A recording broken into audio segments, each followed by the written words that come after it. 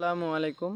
আমার খামারের কাম সকালবেলায় গুছিয়ে রেখে চলে আসলাম নাহাত ভাইয়ের ঘাসের জমিতে। নাহাত ভাই বলতেছে তুই তাড়াতাড়ি আয় তো, কারণ আমাকে একটু সাহায্য করতে হবে। তো আমি নাহাত ভাইকে চলে আসলাম নাহাত ভাইয়ের ঘাসের জমিতে সাহায্য করতে। তা এসে দেখি আমাদের এদিকে বর্তমান ধান পাকছে অলরেডি, আর এদিকে প্রচুর পরিমাণ রোদ। এই রোদের কারণে হচ্ছে যে রোদে কাজ করা যায় না অত বেশিক্ষণ থেকে।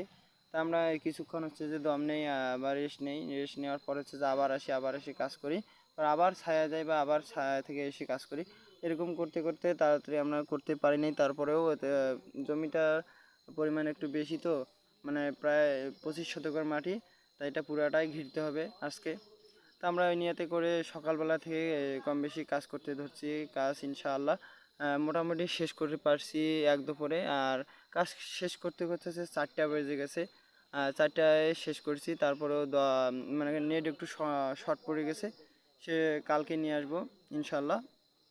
আর আপনারা চেষ্টা করবেন সবসময়ের জন্য যে ঘাস লাগাবেন, যে যে কোনো আবাদ করেন আগে ঘিরবেন, ঘেরার পর হচ্ছে যে আবাদ করবেন। তা না হলে আপনাদের সমস্যা হবে। কী কারণে? গরু ছাগল খেলে কিন্তু জিনিসটা আর হতে চায় না, তার কারণে আমরা আগে ঘিরতেছি। কারণ বীজ রোপণ করার পর হচ্ছে 2-3 দিন বা 4 দিন, এক সপ্তাহ পর আমরা ঘিরতেছি।